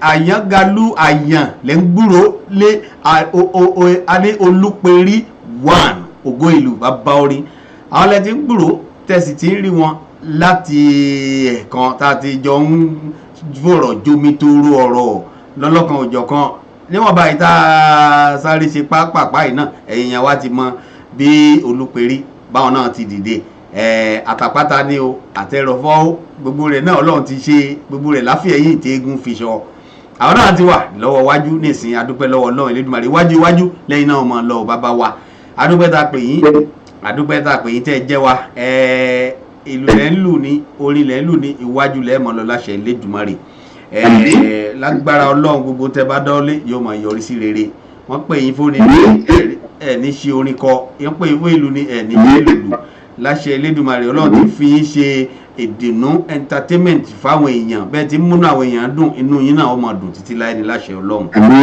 lágbára Elédùmarè a máa retí yín fún àṣà festival ní next week láṣẹ ọlọ́run inú wa dùn ara wa ó yá àjọ darapọ̀ àjọ ṣe yóò yẹ wá kò sì ní yẹ ẹlẹ́ láṣẹ ọlọ́run lágbára Elédùmarè ńgbà tí ìtẹ́ǹpó lọ́wọ́ ọba tún ṣe tán àti bọ́ sáfẹ́fẹ́ àtúngbè yín wá káwọn èèyàn wa ó lè mọ̀ pé ọbẹ̀ ti jiná o jíjẹ ló kù o kó ní kálukú wa máa mú tẹ̀rẹ̀.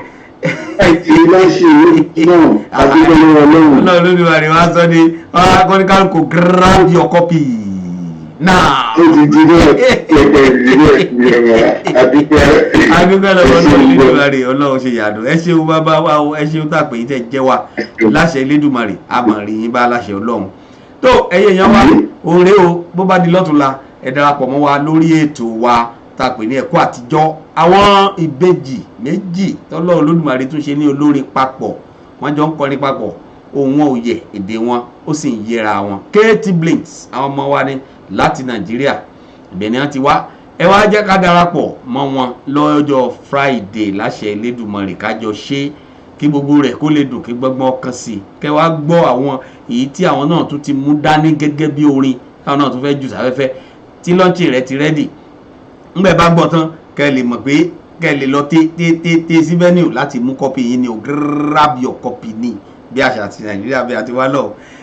ẹyẹ yẹn wá jásùn máa fèyí rán ilé tí on the 26th to 29th àṣà festival ọ̀nbẹ lóde àwọn èèyàn wa ó ti mọ̀ dé látijọ́ Thursday bí wọ́n bá sì ti ń wọ̀ lúpẹ̀ náà lámọ̀nà àwọn sáfẹ́fẹ́ kẹ́yìn yẹn wá ó lè mọ̀ àwọn tí wọ́n ti ń dé Ògògó ní bàbá wa Alhaji Taiwo Hassan Latin ní bàbá wa náà bẹ́ẹ̀ bá ti rí wọn bí wọ́n ti ń dé pẹ̀lú àwọn kábíyèsí wa lọ́lọ́kan òjọ̀kan bẹ́ẹ̀ à ń retí ìyá wa first lady ní láti Èkìtì state Erelu Fáyẹmí à ń retí wọn náà gbàtí bẹ́ẹ̀ lọ lóríṣiríṣi gbogbo àwọn oríṣiríṣi iléeṣẹ́ táwọn náà ń kó oríṣiríṣi bọ̀ láti pé kẹ́ ẹ lè mọ ní tí ó tún ti jáde nísìnyí àwọn new technologies lóríṣiríṣi ni ti tẹlifóònù ni àwọn àṣà wa wíwọṣọ ni dídé fìlà ni àwọn competitions wa lọ́lọ́kan òjọ̀kan ọmọge àṣà ni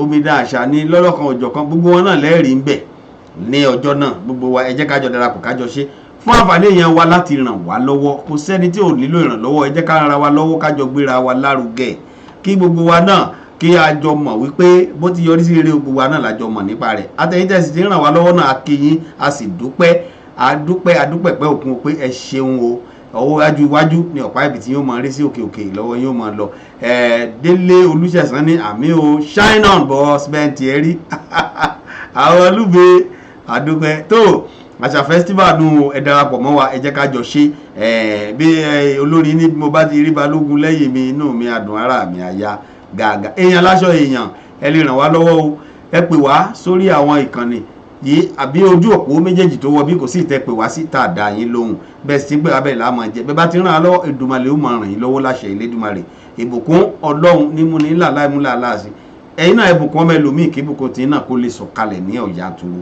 láṣẹ Ọlọ́run adúpẹ́ tẹ́ darapọ̀ mọ́ wa lórí ètò yìí lágbára Ọlọ́run ẹ tún pàdé wa lọ́tùnla lórí ètò yìí ọlá ayélọjà ń bẹ lórí ìkànnì yìí láṣẹ Elédùmarè lọ́la bó bá sì dọ̀túnla ẹ pàdé àwọn ìbejì Katy Blinks kájọ ṣe kájọ kọ́ kí gbogbo rẹ̀ kó lè dùn kí gbogbo ọkàn sí láṣẹ Ọlọ́run ẹjá mọ̀ fi ṣe lọ ànílọ́lọ́ ẹja tó lọ tí ò dénúbú o ànílọ́lọ́ kọ̀ọ̀kan tó lọ tí ò dálẹ̀ odò bàbá lọ lónìí á padà níjọ́ mẹ́jọ láṣẹ Ọlọ́run ẹ̀yin la máa bá àwa la sì máa wá ní owó náà ọ̀rọ̀ náà àlàáfíà la máa bá yín láṣẹ Ọlọ́run mo fi yín léṣe Ọlọ́run Elédùmarè lọ́wọ́ ẹ̀yin èèyàn wa o ọ̀dọ̀ Ọlọ́run ni mo wà ibẹ̀ yẹn kẹ́yìn náà faratì sí ká lè jọ máa gbádùn Ọlọ́run lọ títí ayé ire o ire ní gbangba ẹ ṣeun ẹ̀yin èèyàn wa àjọ wọn gbúrò ara wa láyọ̀ láṣẹ Elédùmarè ẹ ṣeun ó dàbọ̀.